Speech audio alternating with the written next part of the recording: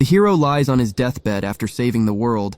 It's already known that the heroes meet their demise sometimes when they get betrayed by someone they trusted or fall for the enemy's trap. Due to their great power, those who are terrified of them avoid and ostracize them.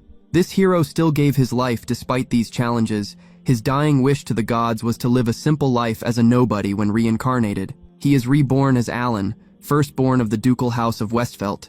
He is rudely woken up by his younger brother who calls him a useless lump. Their father has summoned him. As the two make their way through the hall, the younger brother expresses his joy that this day has finally come. He's surprised that their father has had so much compassion keeping Alan around. The second-born feels like he has suffered so far due to that decision. Alan bows before his father as the Duke points out how he has remained at level 1 since he was born. All his stat values are ordinary, and to make matters worse, he wasn't given any gifts during his blessing ceremony. His father points out that every child in the world receive a gift from the gods as a sign of their favor, so for him to be denied one is exceptionally terrible. Sounds like MASH 2.0. The Duke hopes that even a fool like Alan understands how bad his situation is. He is more than a disappointment considering he's supposed to be the heir of the Westfelt family. His failure sullies and brings shame on their great house. Based on this, he is officially excommunicated from the family. The guy is kicked out with only the clothes on his back and his sword. Alan sees this as freedom and is surprised that he was reincarnated as the son of such an awful duke. However, he can finally find his way and search out the peace he craved so badly in his previous life.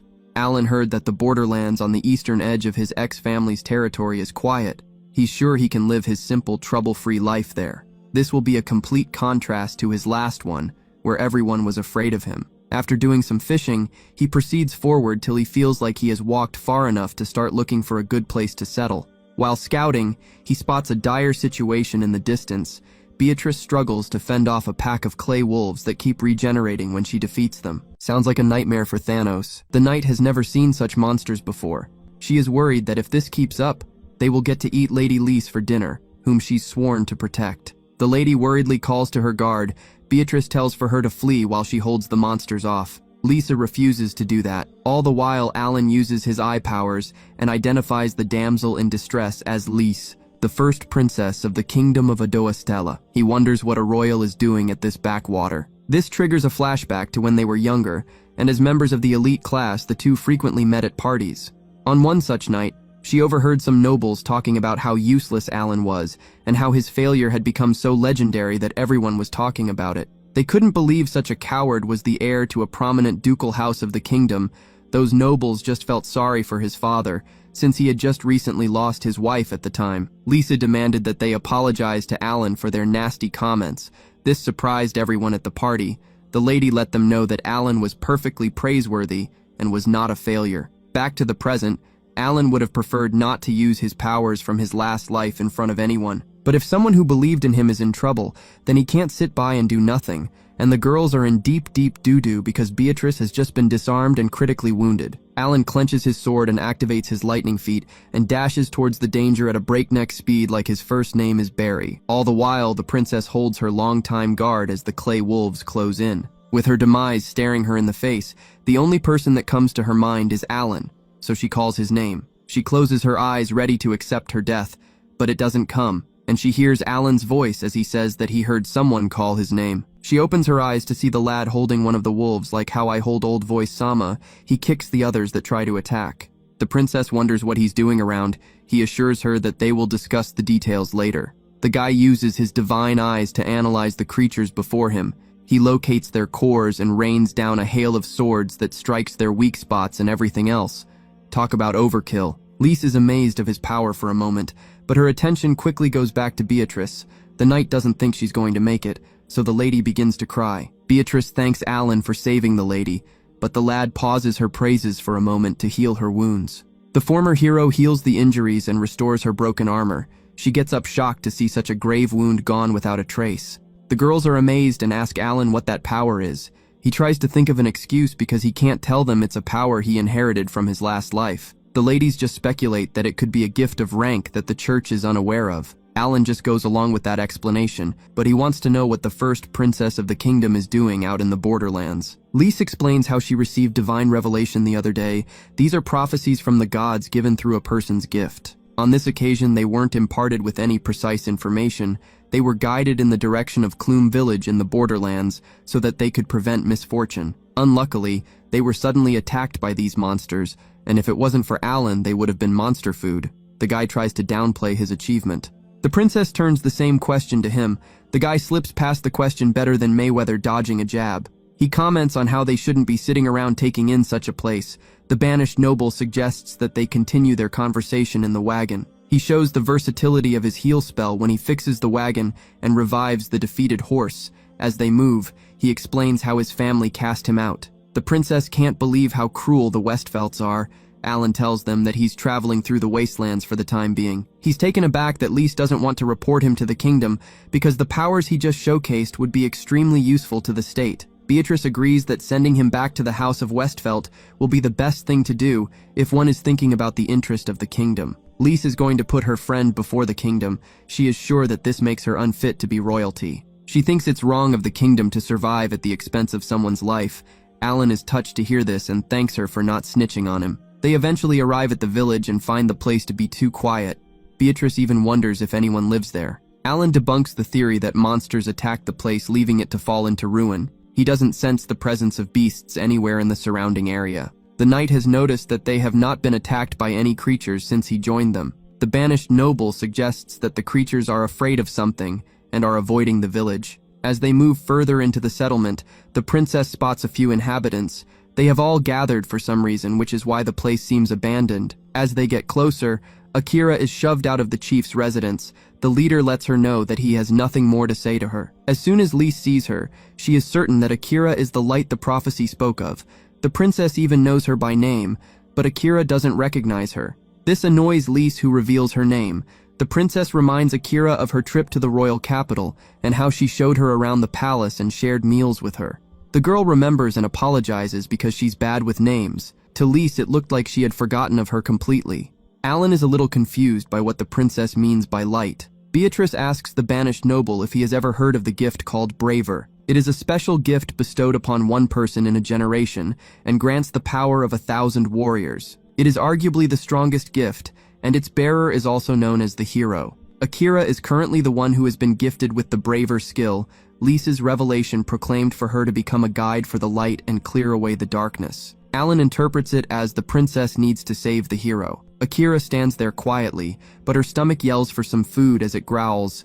They head into an inn to get a meal. The hero reveals that she is hunting a dragon currently. Akira was traveling when she ran into a child. The kid explained that she had nearly been given as a sacrifice to the dragon that lived in the mountains, but she did the 10 toes and ran away. Akira came to get details from the village chief, and they all saw the result of that conversation. The leader refused to talk and told her to keep out of the situation. The princess assumes that the villagers were threatened by the dragon and forced to offer a sacrifice.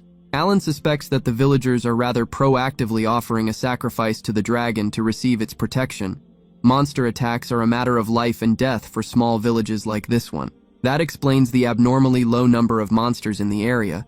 The creatures are too scared of the dragon, so they don't come near. Akira feels like this is the most reasonable explanation based on the reaction of the chief. The hero feels like this type of scenario is something that is not foreign to these lands.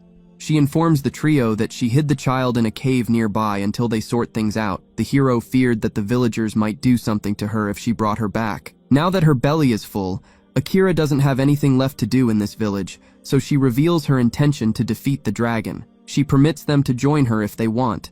The hero lets Alan know that the kid pleaded to be saved, so she's going to take out the dragon even if the villagers are not in support. Lys intends to follow her because she wants to, and promises not to be a hindrance. Alan doesn't think he can live happily knowing that his friends are in danger, so he joins them as well. He gives a little pop star wink to the princess, which makes her blush. The party later reach the base of the mountain. They stop to go over the plan.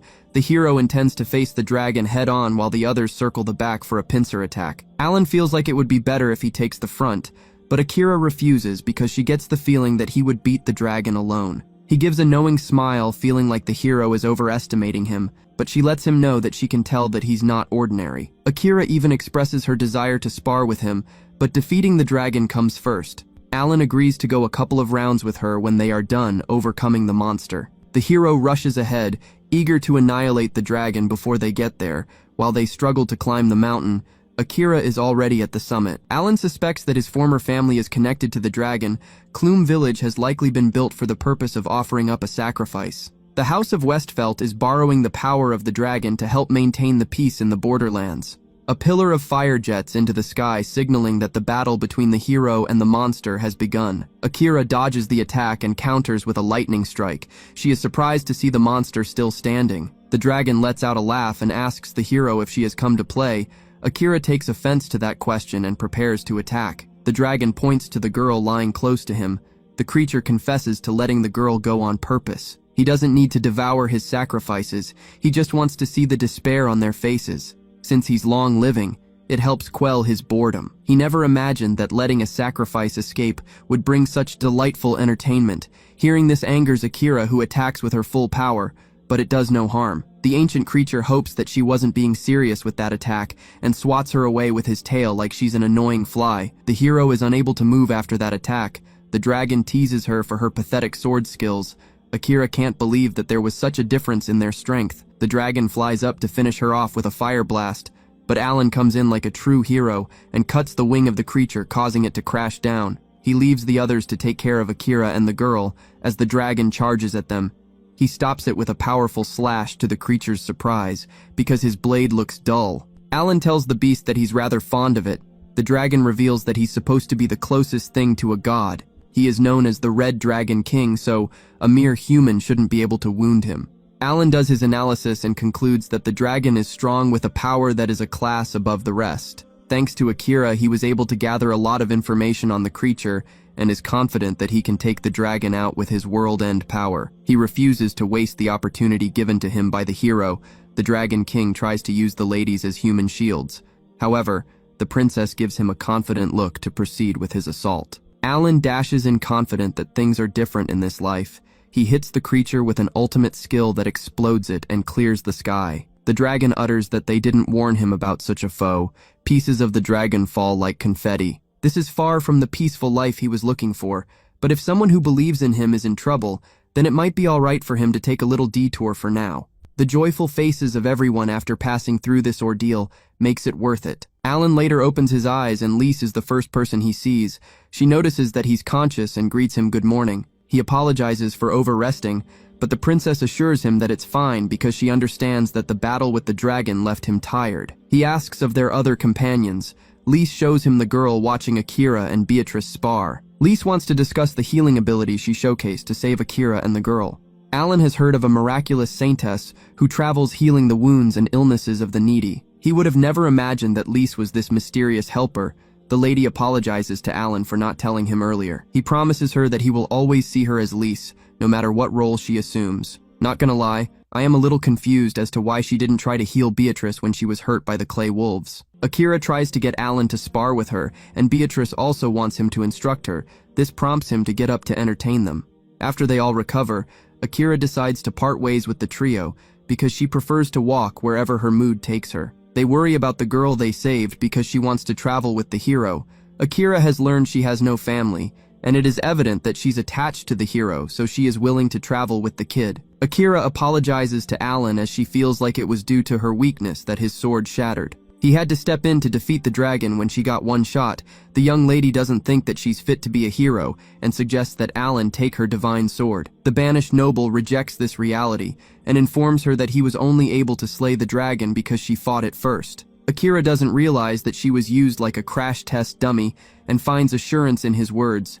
The two give their thanks and say their goodbyes. Meanwhile, at the Westfelt estate, Horace reports the dragon's defeat to Alan's father. The Duke wonders if they overestimated the Dragon King's strength, and the retired agent-looking man reveals that the Saintess helped. The Duke speculates if this means they have underestimated her power. The younger brother expresses his frustrations and discloses that they were the ones who sent the clay wolves to attack Lise. Brett wishes they finished her off, but his father orders him to calm down. Securing the material dropped by the dragon is the most important thing. He's confident that they will get her if she is within their borderlands. This prompts him to ask Horace if he has discovered the whereabouts of a certain elf. The old man assures his boss that he will accomplish his mission and excuses himself. The Duke lets out a sinister laugh when he thinks about getting his revenge on the kingdom and the gods. During that interim, Lise reveals that she has a friend in the area who is a blacksmith. She lives in the village of Granholm. The princess thinks that her friend could make him a new sword. Beatrice informs that the smith is a quirky elf. However, her skills are sound. The princess wants to use this gesture as an apology to Alan for getting him involved because of her revelation, but they will only visit the elf if he's comfortable. The banished noble is fine with the arrangements. Lise tells him that she has already contacted her father about the situation, so there is no issue regarding her royal duties. The darkness comes, and they decided to camp in the forest. The knight gathers wood to light a fire, but Alan shocks her when he lights one instantly with a fire skill. The princess gets tired and falls asleep on his lap. She jolts up and apologizes when he puts his hand around her. Beatrice laughs and states that it's okay for them to get close since they are engaged. Lise turns bright red and corrects her that he's her former fiancé. The knight gives her a permission to use him as a pillow, and Alan lets her know that he doesn't mind. As it gets late, the princess takes him up on the offer and finds herself leaning on him. Alan is the only one awake, and he's enjoying passing the time like this. He has never done this since he was reincarnated into the world. The guy recalls that he first met Lise on a beautiful moonlit night like this one. He flashes back to the nervous princess introducing herself and informing him that they were betrothed. Back to the present, he wonders if the peaceful life he longed for is similar to what he's currently experiencing. The following day, they arrive at Granholm, and Alan is taken aback by how lively the place is. The knight informs him that it's a melting pot of many people who want to rebrand themselves for different reasons. They pass through the town and find themselves at the smith's residence, which is a cottage near the forest. The princess is confident that the elf will forge a fine blade. Beatrice finds it strange because they'd normally hear ringing from Noelle striking the sword. The knight thinks it's difficult to believe she has gone out given how obsessed she is about forging blades. Alan looks around and sees that the door is not locked. They enter and call the smith. The banished noble inspects the weapons on the wall and admits that the craftsmanship is top tier. A scream from Lise gets them on high alert. They rush over and they find Noelle unconscious on the floor. The princess fears the worst, but Beatrice reminds her that this is normal for the elf. Turns out that she's only sleeping. Lise heals her because Noelle has collapsed from overworking. Somehow she forgot that this is something the elf does. When she has work to be done, the smith forges without eating, drinking, or sleeping. Noelle wakes up and is surprised to see the princess, but she wants to know who the new face is. Beatrice introduces Alan as one of Lisa's guards. The smith already figures that they want her to forge him a sword and instantly refuses. She dismisses him saying that she's incredibly busy. Alan starts to doubt if the princess is friends with the smith. Lise likes to think they are. Noelle confirms that they are indeed friends, but this rejection has nothing to do with that. Beatrice understands that she doesn't have time to fit them in. Noelle can see that he already has a sword. Alan pulls it out to show that it's broken. Noelle assumes that the blade got in that condition down to user error. But she stops that trail of thought and uses her gift to analyze the sword. The elf notices that the sword was used to its absolute limit. She takes the blade wondering how he could have managed such a thing. This forces her to change her mind about forging him a weapon. She asks Alan if he's interested in wielding a blade that surpasses a divine sword. She explains that no matter how outstanding a smith is, they can't make their best sword without knowing who will be wielding it. This requires a worthy warrior, and she feels like she has found such a fighter in Alan. After hearing her hype, he has no reason to refuse. Noelle kicks them out because she intends to start right away. She remembers her master Vanessa and promises to forge a blade that surpasses a divine sword. As the trio leave, Lise hopes that she doesn't do anything reckless. They decide to go find a place to lodge because they will be in the village for a while. Mylene camouflages high up in the trees watching them. She rushes to report it to Horace. The guy finds it convenient that the Saintess is also around. However, according to the Westfelt information, the Saintess's guard should be a lone female knight. They wonder who this male is and decide to investigate. Meanwhile, the trio find their lodging. The ladies suggest Alan head to the Adventurers Guild to trade in the material he obtained from the dragon. Beatrice is sure that he can make a lot of money. Alan is happy to hear this because he wasn't given any money when he was cast out by his family. The girls intend to do sightseeing. Turns out the ladies are planning to do something dangerous and don't want to get him involved. During that interim, the banished noble is welcomed by the receptionist. He informs her of his wish to exchange his monster materials for money. She opens the bag to appraise it and can't believe they are dragon scales. She rushes to inform the manager. This gives Horace the chance to talk to Alan. He wants to know the details of how the dragon was defeated. He lies when he says that they are travelers who love to hear stories from adventurers.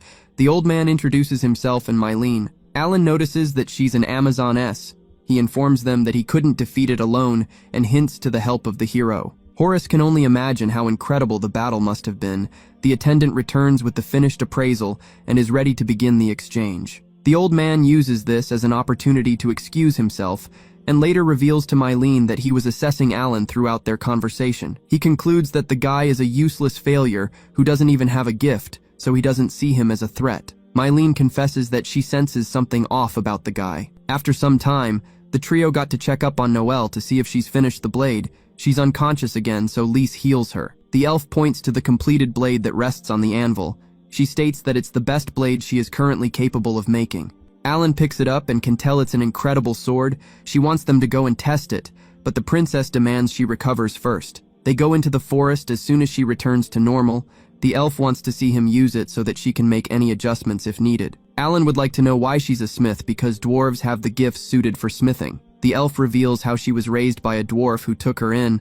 Vanessa was awkward and difficult and she didn't teach Noelle anything about smithing. The elf still sees her as her master. She gets shy and runs off after giving her personal history. Horace and Mylene meet him in the forest and assume he's hunting monsters and excuse themselves again. Noelle recognizes the old man, but she is sure she's mistaken and dismisses it. Horace forced the interaction to confirm that Alan isn't snooping around. He is curious about what Alan's objective in the forest is, so he orders Mylene to shadow them. Meanwhile, Alan tests the blade on some monsters and loves it. The elf requests to see the blade and analyzes it. She can tell that he's wielding it flawlessly, and the blade doesn't have a single scratch. She suggests they go fight stronger monsters to collect more data, so they head deeper into the forest. Noelle is surprised that there are no monsters in the area. Alan uses a technique to clear the mist, and the elf is disturbed by what she sees. She gets flashbacks to the day Vanessa met her demise. The creature before them was the culprit. Noelle implores Alan to eliminate the monster with the blade she made. She recalls how diligently Vanessa used to work on her blades, even ignoring Noelle's antics throughout the process, but the result was always stunning. Alan bluntly tells her that he has no reason to destroy the monster, since it's minding its own business, sleeping far away from human settlements. He doesn't know what the source of her animosity towards the creature stems from, but he has no intention of executing her revenge. Noelle snatches the blade from him and runs towards the monster to attack it. The banished noble advises her not to do so. She stops in her tracks as he reveals that the creature before them is a Fenrir, and it has erected a barrier that will nullify any assault below a certain level. Only the highest caliber of weapons like a sacred sword could break through it. Alan tells her that her blade will not leave a single scratch on the Fenrir when she tries to claim that her blade is a sacred sword. He can see that she's already aware that she hasn't made anything yet that surpasses those top-tier blades. The guy has no intention of stopping her if she wants to cut down the beast. He shows this by walking away. Noelle just clenches her blade while looking at the creature peacefully sleeping. Alan later reports what they found deep in the forest to Lise and Beatrice. He is sure that someone brought the Fenrir to the location because it was cloaked by the power he dispelled. The banished noble has an idea of what the culprit might be after, but he has no concrete evidence yet. The ladies are surprised when he asks if they have tended to their secret business. He already suspected that the sword wasn't the only reason they came to the town. They reveal that one of the kingdom's strongest generals, Cyril, was assassinated 3 months ago. The culprit's motives are unknown. However, they took his head when they escaped. A multitude of gifts were used to investigate the scene, but no evidence was left behind. Alan already knows that this means that a demon was likely the perpetrator of the crime. This is because their powers are still unknown to humans. It is very odd for a demon to assassinate an official, since they are indifferent to human political conflicts. Beatrice is sure that someone has joined forces with the demons and are leveraging that unknown power to do their dirty work. Lise confesses that they came to Granholm to look for clues since it's a hodgepodge of different types of people. Alan informs them that he met someone suspicious to the ladies' surprise. Meanwhile, Mylene comes to check on the Fenrir and is confused as to how the cloak was broken.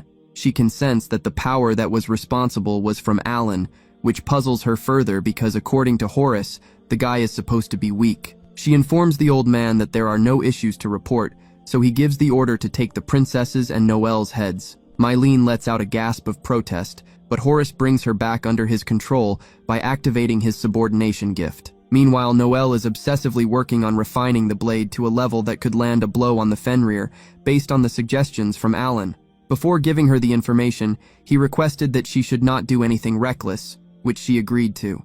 As she shapes the new blade, the elf gets a flashback to the night Vanessa lost her life. Horace attacked the smith because her exceptional talent could one day produce blades that could rival sacred swords. His employers didn't want that. A young Noelle watched on as her master's weapon shattered against the Fenrir, leading to her defeat. The creature then turned its sights on Noelle, but Akira was passing by and stopped it with lightning and sword strikes. Horace withdrew with his pet. The hero tried to tend to the elf's wounds, but she pushed her away, wondering why her master's blade shattered against the monster, while Akira's didn't. The hero stood by while Noelle cried over her master's body, as she felt like it wasn't fair that all of Vanessa's hard work didn't pay off. The flashback ends when the elf wakes up the following day. Her body feels light and rejuvenated. She checks outside, wondering if Lise healed her. We get to know that it was Alan's handiwork, because he was worried that she was working too hard. After some hammer hits, Noelle finally feels like the blade is ready. She steps into the forest with the sword to use it on the Fenrir, but she's knocked back by the creature when she goes in for a blow. This activity prompts Horace to arrive. He is impressed that she can stand after taking that hit. The elf dashes for another attack, but the Fenrir dodges and counters with a paw strike. Before the monster eats her, the old man asks her to serve him because she has a special power called Grom Sight. It is one of the 5 inborn gifts in the world, so he thinks it would be a waste for her to become dog chow. While trying to convince her how good of a boss he is, the smooth criminal reveals that they were the ones who destroyed Mylene's homeland. Noelle would rather choose to meet her demise than become his servant. He was hoping that she would make a smarter choice, but the elf lets him know that she would be cursing him from the next world. Horace orders the Fenrir to take her out, but Alan retrieves the blade and repels the creature's attack. He apologizes for coming late, but I think that the guy loves his heroic entrances. The old man acknowledges that he underestimated Alan's abilities. However, he believes that the banished noble should rather be watching over the princess, hinting at Mylene's assassination attempt. Things switch to the Amazoness, who has managed to gain access to Lisa's room using her camouflage. She pulls the bedsheet to find some well-arranged pillows that were made into the shape of a human. Alan already made them aware of the danger. Lise and Beatrice disclose to her that they are aware of her presence, which forces her to make herself visible. The Lady Knight wastes no time and attacks. The princess asks her to stop, which gives Mylene a chance to knock her out. The Amazoness goes in to execute the princess, but her conscience fights to stop her from doing it, and Lise can see this. This hesitation allows Beatrice to recover and knock her out. Alan uses one of his abilities to confirm that the assassination attempt failed. Horace refuses to believe him, and the ex-hero is not interested in trying to convince him otherwise. The old man still feels like he's in control of the situation and is confident that he will win since his opponents need a sacred sword to inflict damage on his pet. The monster runs in to finish them off, but Alan cuts it down, so Horace retreats in disbelief. The banished noble carries Noelle back to the village. He's not surprised that she's sleeping given how hard she worked on the blade. They are met by the princess, who is relieved to see them safe. Noelle wakes up and gets mad at Alan for picking her up without her permission. She demands he put her down, which he does. They go inside to decide what to do with Mylene. She has regained consciousness and has already been released from the effects of Horace's subordination gift. The Amazoness still refuses to speak. Beatrice suggests they send her to the capital to stand trial for her actions. The princess doesn't think she is a bad person because the attacks weren't of her own free will, and is sure that the girl has someone waiting for her to return home. Mylene reveals that she doesn't have anywhere to go because they burned it down. This triggers Noelle to remember her past, so she decides to free Mylene so that they can live together. The elf promises the trio that she will keep an eye on her.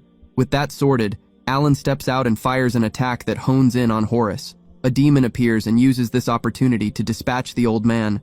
When Alan arrives, he understands that the true enemy got to him first. The former hero was looking forward to questioning him. Meanwhile, at House of Westfelt, the demon appears before the Duke to inform him that Horace was taken out before he could leak any information. Alan's father is happy to hear this. Brett is not impressed with the demon's output so far, revealing him to be the one who took General Cyril's head. The devil lets the noble know that they will take care of the saintess and the elf. The Duke intends to deal with the hero and archbishop. Bert volunteers to deal with the clergyman, stating that he's not like his useless older brother. The trio continues to gather information in Granholm, but finds no new leads. Noelle recalls one of her regular customers telling her of a village where a ghost from the royal family appears, and it bears a grudge against the monarchy of its oppression. Hearing that the spirit wears silver armor covered in red residue catches Lisa's attention, so she suggests that they visit the village. Beatrice is afraid of going after hearing that ghosts are involved, but she tries to downplay it when Noelle and Mylene tease her. Alan also feels like they should investigate since there is a possibility that it might be the work of a demon who knows how to raise the deceased. The party later arrives at the seemingly peaceful village, and some of the locals greet them when they realize that they are new to the village. The residents confirm their preparation for a celebration called the Returning Spirits Festival. It is a yearly ritual where they welcome the spirits of their departed ancestors. Beatrice becomes alert hearing this,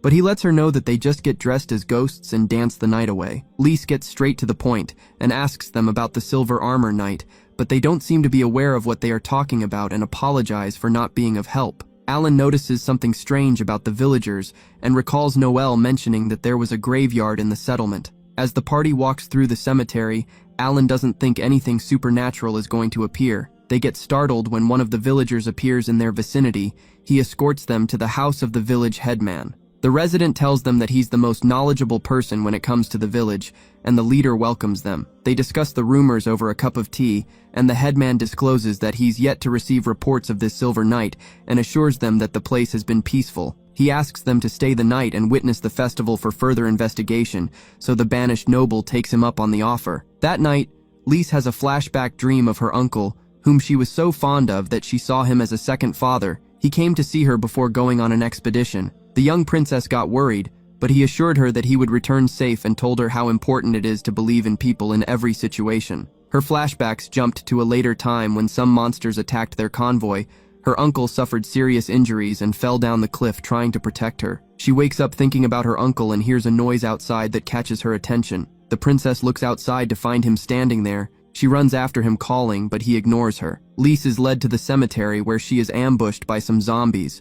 Turns out that she was in another dream when she wakes up screaming. Alan is already by her side, so she hugs him for comfort. The following evening marks the start of the festival, so the residents get dressed and head to the bonfire to dance. As the party goes on, Beatrice reveals how the celebration of the dead is taboo in their kingdom. She's willing to overlook it because it's not causing problems for anyone. Alan doesn't sense anything unnatural, but he has concluded something about the village. One of the residents encourages them to join in the celebration. The Lady Knight and the banished noble get stepping after he checks something with his eye power.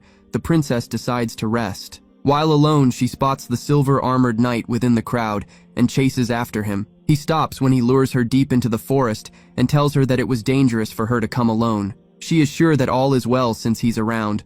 Lise wants to know what he's been doing all these years. They searched for him at the bottom of the cliff but couldn't find his body. She always believed that he survived. Her uncle reveals that he has been resenting the royal family all this time. He hid himself so that he could take revenge. He drops the bombshell that the king is trying to eliminate her. The princess is confused as to why her father would want to hurt her. The uncle states the king is targeting those who possess inborn gifts. This includes Akira's braver skill. Noelle is also a target since her gift gives her the ability to create unparalleled weapons. General Cyril is also targeted as his power gives him the skill to double the strength of the soldiers in his army. The archbishop is on the list too because his talent allows him to read any other gift. And finally Lise, who has the power of the saintess. Her uncle reveals that the king feels threatened by these powers and wants them all eradicated. The Silver Knight lets the princess know that he wants to save her, so she should join and defeat him. Lise can't join because she feels like they can talk to her father and come to an understanding. She reminds him of his saying that one must believe in people. Her uncle shows his true intention and attacks her, but Alan blocks the attack. The banished noble breaks the spell controlling the Silver Knight. The uncle regains his consciousness and informs Lise that he has already met his demise and feels guilty for attacking her. He tells them that it's not the king who wants to eliminate the inborn gifts, but the demons. He was being controlled by one, although his grudge against the royal bloodline is real. People were whispering into his older brother's ear to drive a wedge between them. That is why he left to find a new path as the vice captain of their premier knight squadron. Lise was the only thing that brought peace to his life. He doesn't have much time till the spell runs out. He asks Alan to protect the princess, which he agrees to. His last request is to spar with the former hero. Lise tries to protest the fight, but Alan tells her that her uncle wants to test him to make sure he can take care of her in his absence. The two clash and the banished hero is the victor. The princess holds her uncle as he advises for her to find happiness. She cries as the life leaves his body. They return to the village where the celebration has finished. The village leader confronts Alan when he suspects that the guy has figured out his secret. Alan reveals that he knew from the start that the village was comprised of the deceased and the headman was controlling them. He didn't want to interfere because the place seems peaceful. The village leader questions if he would think the same if Alan knew he was a demon. The guy doesn't assume every demon is evil just because of what they are. The headman shows that he's bad by attacking Alan, but the guy cuts down the summoned zombies and the demon. The evil creature drops a stone after disappearing, which Alan picks up. All the while, the main demon reports their failure to the Duke. Brett is angry, but his father checks him, saying that Lise can't interfere with their plan given the stage it has reached. Brett reveals that he was successful in eliminating the Archbishop. During that interval, the trio leave the village. While in the carriage, Alan inspects the stone and concludes that his younger brother's powers are within it. He reveals that the only part of the uncle's body that was his was the head. He starts to see a pattern when he notices that the general's head was also taken during his extermination. Lise gets a sudden call informing her that General Cyril has returned. Brett has visions of how his father treated him with disdain after the demise of their mother, then overheard from others how his older brother was better than him. This turned him to despise Alan, even knocking his hand away when he reached out to him. He jolts awake as he recalls his father calling him a failure when he was little. After getting ready, he goes to greet his father, but he just hears a sinister laugh from the Duke. Brett looks up to find his dad reading a report as he burns it. He informs his son that they can begin their revenge upon the kingdom and the gods. Brett strongly thinks he's the only one worthy of ruling the kingdom. Meanwhile, at the capital, Captain Edward and Vice Clark patrol the city. They notice that the rumors of Cyril's reappearance are spreading throughout the city. They conclude that this information is being used to form some incitement given how viral it has gone. Clark suspects that the general might be an imposter, but the captain advises him not to get lost in the details. The Premier Night Squadron must still attend to their duties regardless of the general's situation. They must stop those who wish harm upon the kingdom. The captain intends to uphold Cyril's will. The officer passes through an alleyway where they are confronted by a hooded figure. Clark gets ready for action as he asks who goes there. They are shocked to see the Archbishop. Edward wants to know why the clergyman is at such a dodgy place without an escort. He simply informs the captain that there is something that he wishes only him to know and asks him to follow. Edward's demeanor changes as he agrees to follow. Clark is puzzled and tries to protest, but his boss feels like gathering information is more important than any risks. He assures his vice that he will be back soon and puts him in charge during his absence. Clark helplessly watches as the captain walks into danger. The Archbishop leads him to the old training grounds, which confuses Edward. The clergyman simply informs him that this is where his role ends and leaves. The captain turns to find that he's alone. There is a moment of silence till a figure appears behind him and attacks. Edward is quick enough to draw his blade to block, and it's revealed to be the Duke. The captain commends him for the strike, but informs him that his bloodlust gave his position away. Edward is sure that he's the only one who would start sparring without a greeting. He recalls that the last time they saw each other was at the funeral of his late wife. The captain wants to know what his intentions are. The Duke calls him a fool, revealing that the Archbishop belongs to them now, and attacks. Edward blocks and questions him on what he means. Alan's father ignores him and reminisces on all the times he sparred with the captain at this very location. He also remembers the pain from the day he lost his wife, and currently doesn't feel like he needs this world. During that interval, Brett travels to the capital and recalls asking Alan if he was a failure. His older brother told him that he wasn't, but the lad didn't believe him and ran away crying. Things changed when Bert's level increased, which impressed his father, who now showed him affection. Alan was the one now seen as a failure due to his lack of progress. As they grew up, the younger brother was frustrated that Alan didn't react negatively to being called a failure. Bert informed his older brother that he was the one worthy of inheriting the leadership of the family. Alan wasn't moved by his words. Bert gets annoyed that such things are coming to his mind currently. A demon appears to inform him that their part of the plan is going without issues. However, they worry if the Westfelt house can eliminate Edward given his ability to nullify any other gift within a 1-meter radius. The young noble assures them that his father will deal with him with no problem, but if the worst should happen, Bert can use his ability to put their plan into motion. He turns to the demon and starts to insult them for messing up too much. He gets startled when another demon appears to tell their leader that the hero has arrived. The devil reminds Brett that they are lending their strength to his family, so mistakes from their side will not be tolerated. The lad is sure that he's not a failure like Alan. Meanwhile, Akira arrives at the capital, and the girl fears getting lost due to the large numbers of people. The hero holds her hand tightly to make her feel more comfortable. She notices that they are being followed, so decides to go to a secluded part of the city to call out the people tailing them. The demons appear and surround her, happy that she is willing to confront them. They make their intention to harm her clear. She is surprised that they think that they can defeat her. The demons plan to use the girl to their advantage. They reveal that everyone from the village she comes from has their magic sigil inscribed into their bodies. It uses their life force as fuel for an explosion.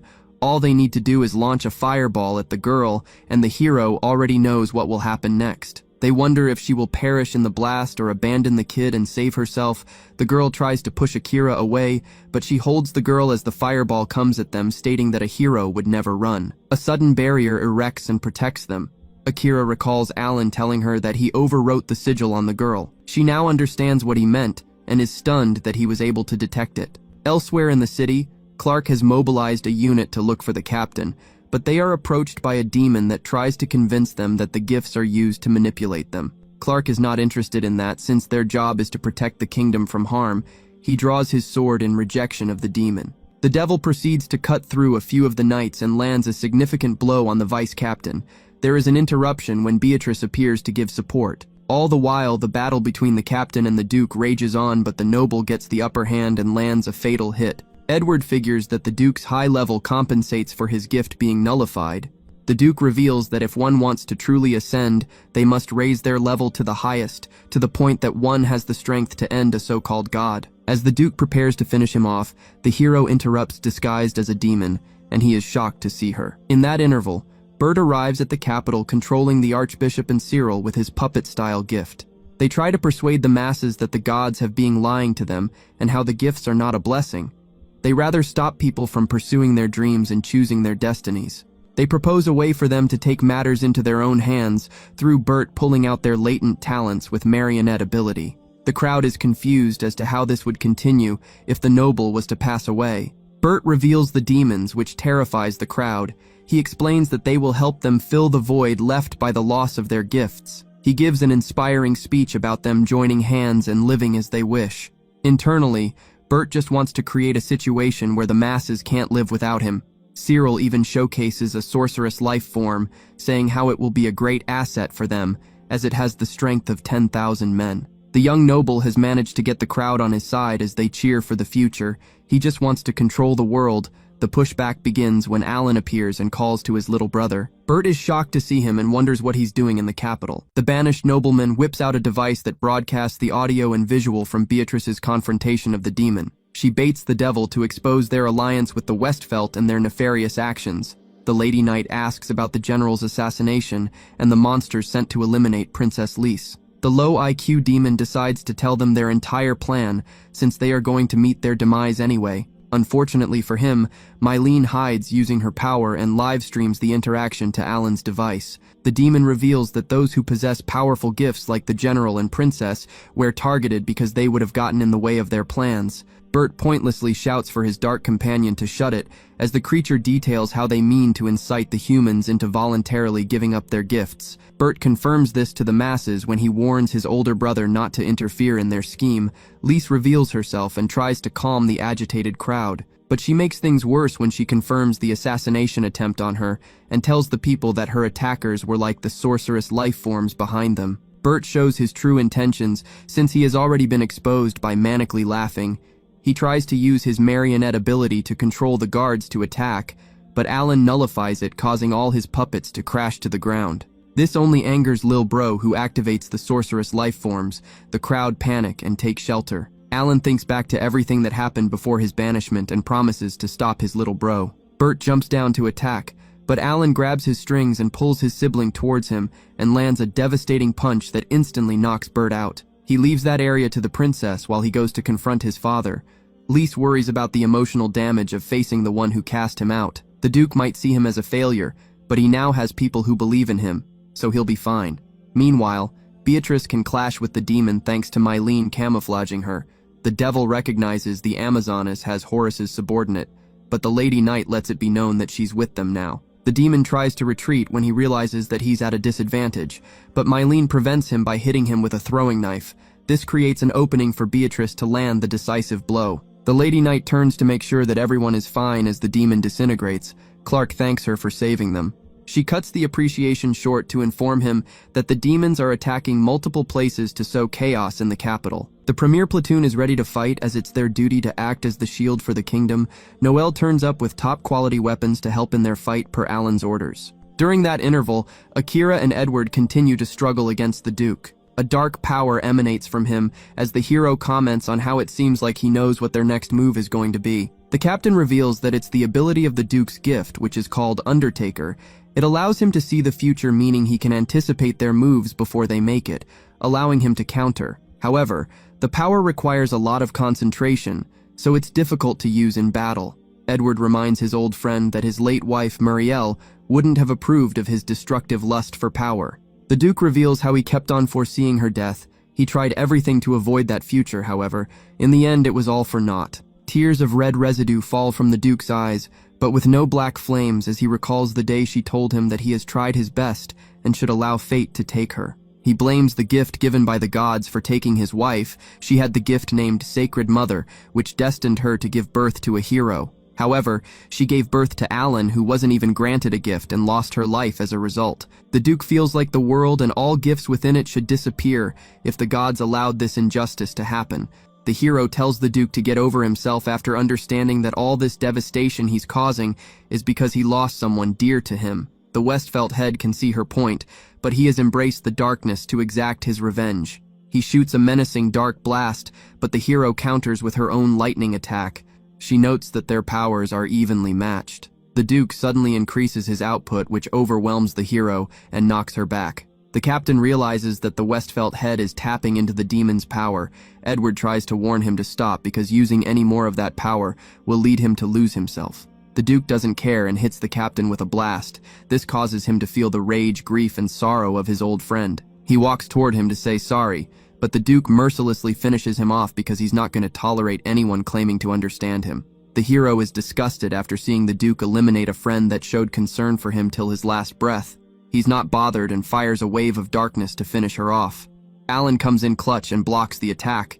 His father laughs, seeing that his failure of a son has come to interfere with his plans. Alan blocks another assault to his father's surprise.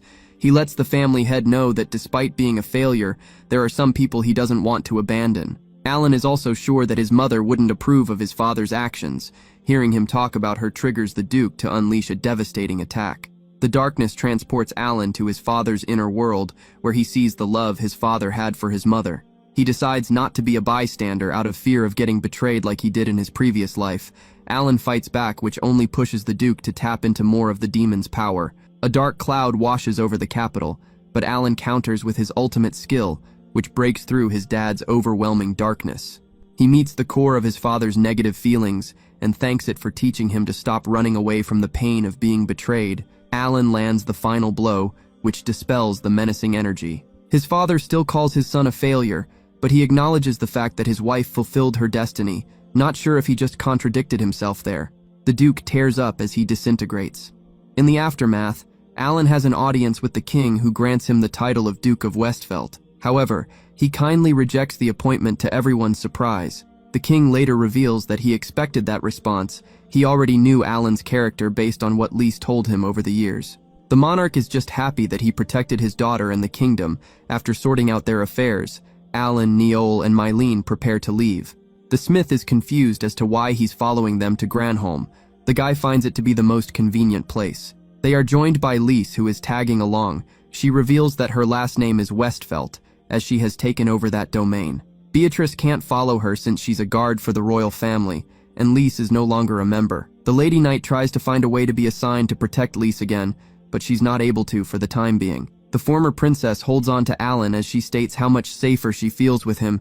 They jump onto the wagon to continue their journey. Meanwhile, in a mansion somewhere, Henriette uses her eye power to check on Alan, only to find that he's still doing hero feats. She doesn't understand the point of him reincarnating just to do the same thing.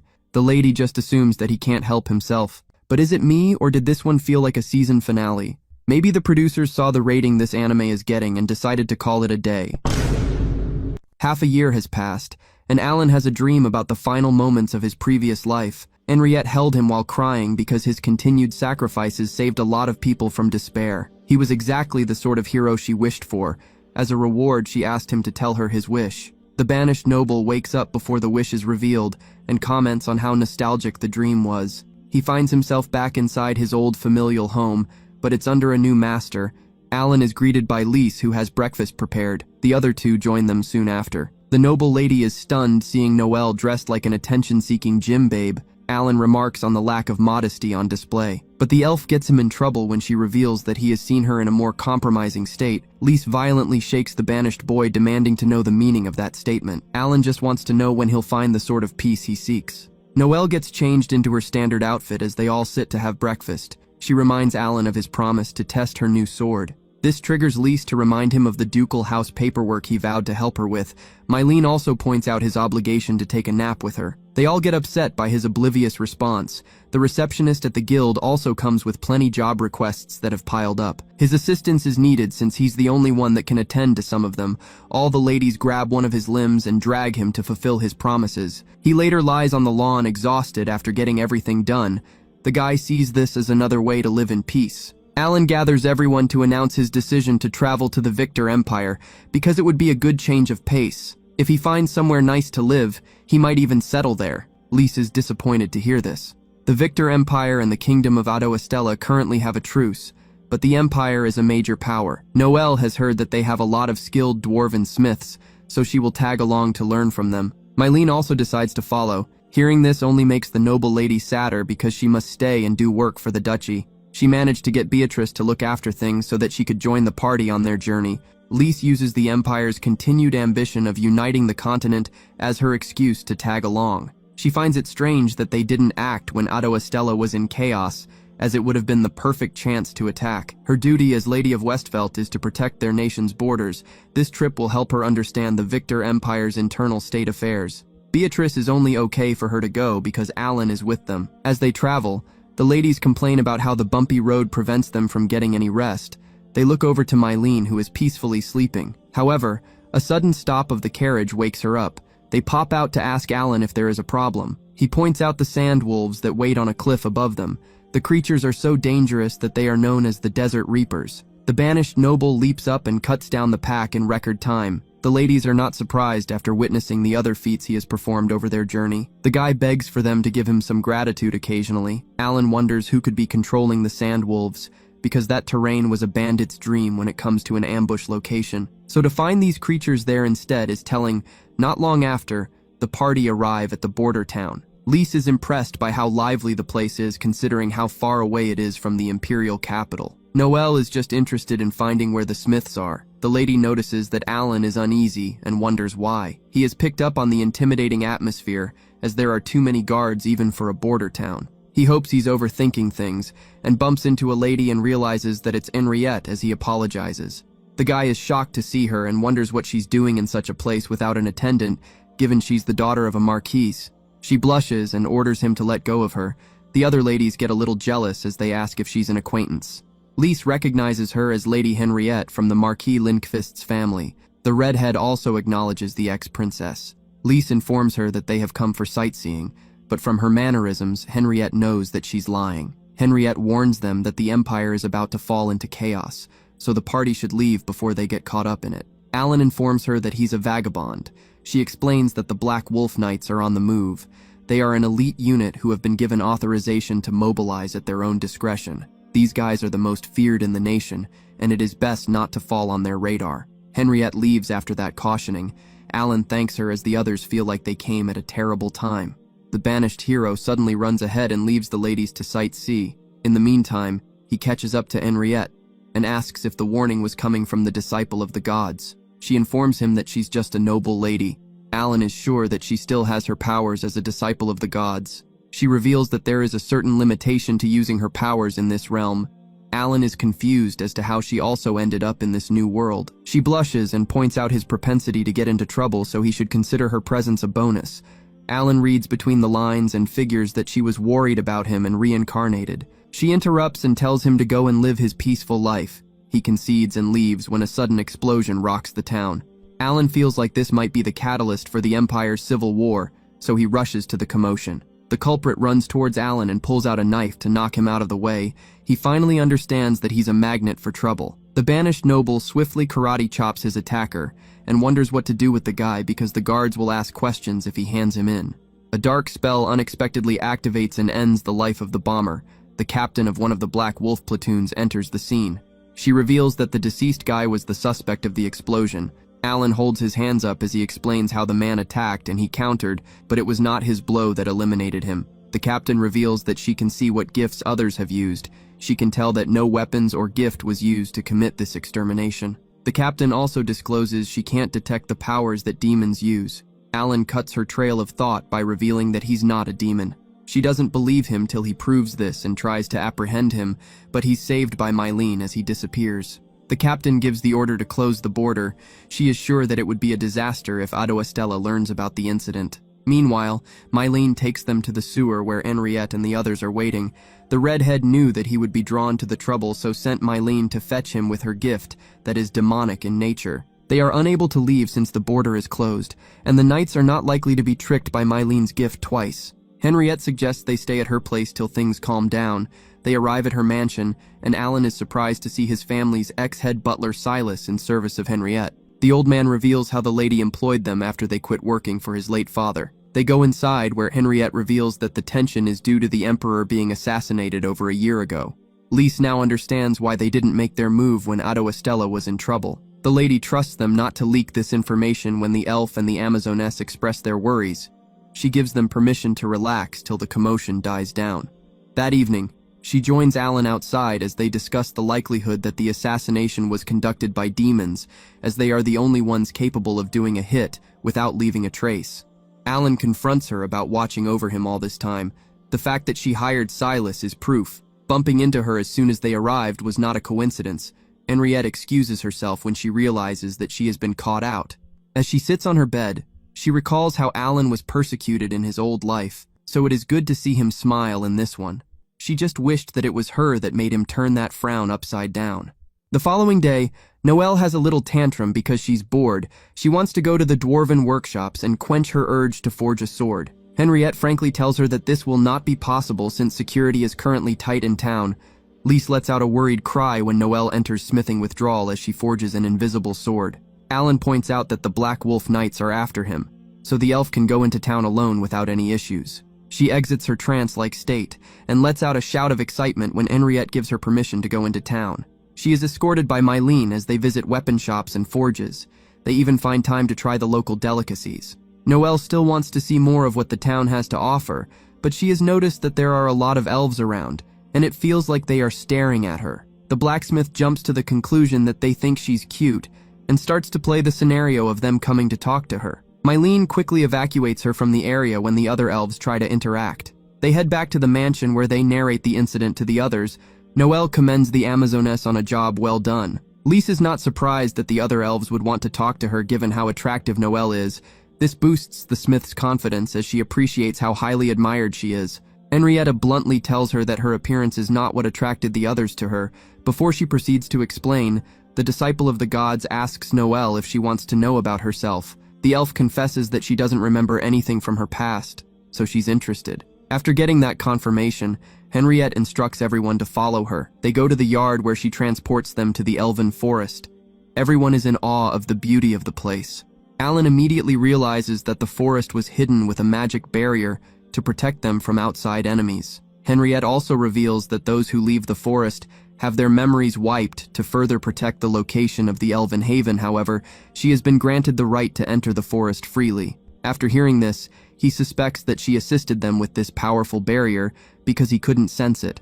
She confirms this and orders everyone to follow her to the settlement. As they proceed, Noelle gets the sense that this is where she belongs. Mylene becomes defensive when she notices that they are surrounded. The elves come, but Alan assures his party that everything is all right because he doesn't sense any hostile intent from them. Henriette isn't surprised by this because their ruler has returned. The elves bow to Noelle as they welcome her back home. Alan immediately understands that the eyes of the sovereign is the reason for the elves' behavior. Henriette reveals that Gramsite is only possessed by the elven royal family, which is why it's called the eyes of the fairy sovereign. Noelle is shocked to hear that she's descended from royalty. The disciple of the gods also discloses that the royal bloodline in the forest has ended. This means Noelle is their ruler. Percival introduces himself as the sovereign's regent. The smith is a little overwhelmed that she's suddenly getting treated like a royal. Percival assures her that they have no intention of rushing her into deciding. He suggests they take things slow by getting to know each other first.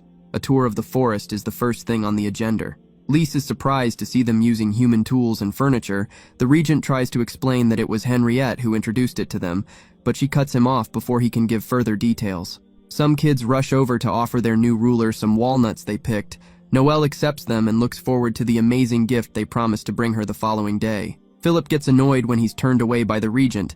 The young elf calls the other two kids who were allowed to interact with their leader bad before running off upset. Percival turns the conversation to the beautiful water source nearby when Noelle wants to know what Philip meant by his comment. That evening, Captain Lizette of the Black Wolf unit is joined by Oswald. She reprimands him for addressing her so casually. The captain is not surprised that he has not found the entrance to the elven forest yet, because the bloodlust he's radiating is enough to make anyone run. The guy tries to take shots at Lizette for breaking one of the worst taboos in the history of the Empire. The captain warns him of such jokes at sword point. She also tells him not to make the situation complicated by going on a rampage when he finds the elven settlement. Meanwhile, the elves have a party to celebrate the return of a ruler. Percival joins Alan and explains how elves grow through their service to their monarch. So without one, they have not been able to grow. It also affects their reproduction as they can't bear children. The population has therefore been on a decline. Henriette is the one who brought the goods from other cultures so that they could learn and go out into the world and find another purpose. This education on other ways of doing things has really helped the village. Alan guesses that it was Henriette who also brought the two demon kids to the village. Percival is surprised that he noticed, but he has heard that those who are very skilled or sensitive can see demons' aura. The brandished noble further shocks him when he reveals that he doesn't have any animosity towards them. The regent confesses that they were opposed to the idea of harboring demons at first, but they are slowly warming up to the notion. Philip is still hostile as he watches from a distance. After the celebration, they review things with Noelle, who is still unsure what to do, but the party assure her that they support whatever decision she makes. They all go off to bed, leaving her to ponder.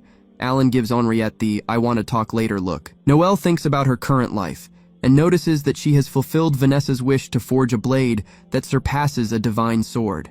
She doesn't know what to do next and why she's traveling with Alan and the others. The smith realizes that she has come all this way without understanding herself. During that interval, Alan and Henriette have their meeting after he clears up her misconception as to why he called her. She's a little annoyed that Percival spoke about the demon situation without her permission, but since Alan is already aware, she reveals that demons are not a distinct race, but rather a state that the will of the world labels those who resent others and wishes them to meet their demise. However, there are some cases where a demon child is born to demon parents. These kids are branded and despised and are cast into the poorest conditions by their parents. Those who survive become the strongest demons. Henriette saved those kids from harm. Alan is not surprised given her nature. The tour continues the following day. The demon kids bring Noelle a spirit stone, which is revealed to be rare. Those kids pulled through with the nice gift they promised. Philip snatches the stone and throws it away, telling the demons to stay away from their sovereign. He runs away as the kids cry. It is evident that the other races hate the demons. Henriette catches up with Philip in town and challenges his prejudice against them. The lad realizes that it is baseless because they haven't done anything to him. She leaves him to ponder, and just as Philip is about to go and apologize, Oswald grabs the lad at sword point, demanding he show him the way to the elven forest. The party are oblivious to the incoming threat as they enjoy a feast presented by the elves, and it's a vegan's dream. Percival encourages them to eat without restraints. Mylene takes him up on the offer as she aggressively swallows the food. The demon kids try to win Lise over by presenting her with a special bowl of food, which she accepts. Noelle stares at the food with a long face, which Henriette notices, and makes a comment to Alan. The banished noble is sure that she's contemplating the elven sovereignty she has been offered. The last thing on her mind is the food. Henriette wishes she could help her in some way, but Alan knows that this is something the smith must decide for herself. Unbeknownst to them, the reason Noelle has the sad face is because she wants some meat and not this rabbit food. The god's disciple takes her leave after the meal and puts the party in the care of Percival as she goes to look for Philip. The regent apologizes for the trouble. She doesn't see it to be an issue since she must return to the mansion anyway. Percival explains the situation to the others so that they are aware. He just hopes that the lad hasn't gotten caught up in trouble. Well, he should give up on that because the boy is in deep, deep doo-doo. Henriette arrives in town looking for the boy but finds no trace of him. Low-key, this is Cap, because she can spy Alan, who was in a different kingdom, but she can't find a single missing boy in her own town. Anyway, back at the forest, Alan notices how carefree the elves are, but Mylene sees them as lazy. Percival attributes their easygoing nature to their slow aging rate. This allows them to experience time and more things differently. Hard work is one of them. They feel like only those who are defeated work hard. Alan tries to take shots at Noelle by asking the regent if she's eccentric for being obsessed with smithing despite being an elf. She knocks him for trying to present her like she's some kind of weirdo. Mylene wants to know who cooks if they are so resistant to hard work. Percival stretches his hand, and an apple falls into it. The outsiders are stunned. He discloses how the forest shares its bounty with them when they wish for it. The forest is part of them, and they are also a part of it. Alan uses his eye power to see that the elves and forest are blended. He concludes that this is a nice place to live. Percival asks for Noelle's opinion, and she also thinks it's an ideal habitat. Alan wants to know if it's possible for him to live in the forest. After hearing how the woods work, it seems like the kind of place he always wished to live in. The regent reveals that the forest must accept him if he wishes to live with them, but he doesn't know how one can achieve this. It is divulged that the demon kids are staying for a short time. That is why they are not required to be accepted by the forest. Alan is happy to hear that a short-term stay is about 100 years. The humans are shocked to hear this, since they have a fleeting lifespan. Their conversation is interrupted when the forest informs Percival that someone has come to visit. This is not too unusual, since there are others who have been given special permission to enter the woods. He apologizes to their future monarch while asking for permission to go attend to the visitor. Alan just hopes that it's not someone from the Empire, but the girls remind him that he's the one who's the fugitive and not them. The party head back to the village to relax, and Lise asks Alan about his plans to stay, and gets jealous when he mentions that he will be close to Henriette, so he can go to her if anything comes up. The other two tease them for sounding like a married couple with their argument. Noelle assures the former princess that she will keep an eye on him. She's thinking about staying in the village and opening a forge to work while figuring things out. The fact that there are lots of dwarves in the Empire will also help her learn new techniques. Mylene wants to stay with the smith, and so does Lise, but she is reminded of her ducal duties. Meanwhile, Henriette arrives home to find Lisette waiting for her. The captain of the Black Knights reveals that they have received information that the god's disciple is harboring a suspect linked to the Emperor's assassination. Henriette questions her sources, which forces the captain to confess that she just came based on a hunch, and there was no tip. Lisette is sure that the noble lady is the only one capable of hiding her suspect, since they have vanished without a trace, and they didn't cross the border. She gives the order for her men to shatter the place to look for evidence. Henriette is confident that they will not find anything, but the captain is sure that she will find something in the elven forest, since the noble lady goes there often. This leaves her a little shaken. Meanwhile, Oswald has infiltrated the woods with the aid of Philip, and he's looking to cause some trouble. Percival joins them, and soon realizes the situation when he spots the young lad and the member of the Black Knights. He recalls Henriette warning him about the unit who have the authority to extract punishment on sight. The regent tries to be diplomatic as he introduces himself before asking the knight what he wants in their territory. Oswald accuses them of harboring a criminal, but Percival assures him that he's mistaken. The Dark Knight doesn't want to hear his excuses because he has already made his mind up.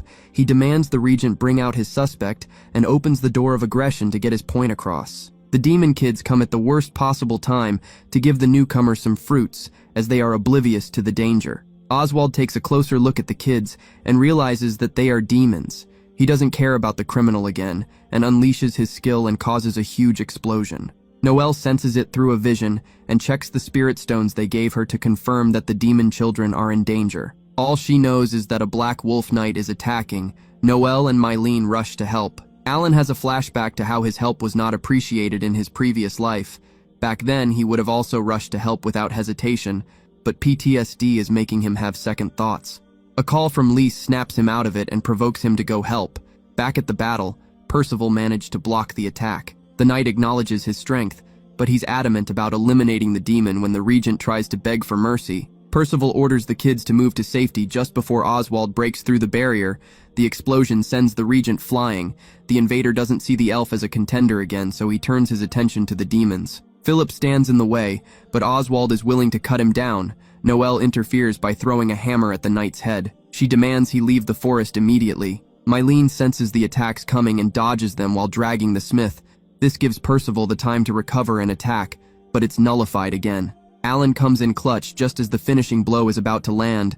The banished noble uses his eye powers to see Oswald's fuse and cuts them before the explosion can be ignited. The knight loses his composure, leaving him wide open to be knocked out by Alan. Lise heals the kids, who get right back to playing. The party are sure that Henriette will be upset if she hears about this. They are surprised to see her calm when she arrives. She informs them that she will take care of the incident and reveals that the blockades have been lifted so they can return to their kingdom. Alan is a little suspicious, but he doesn't act.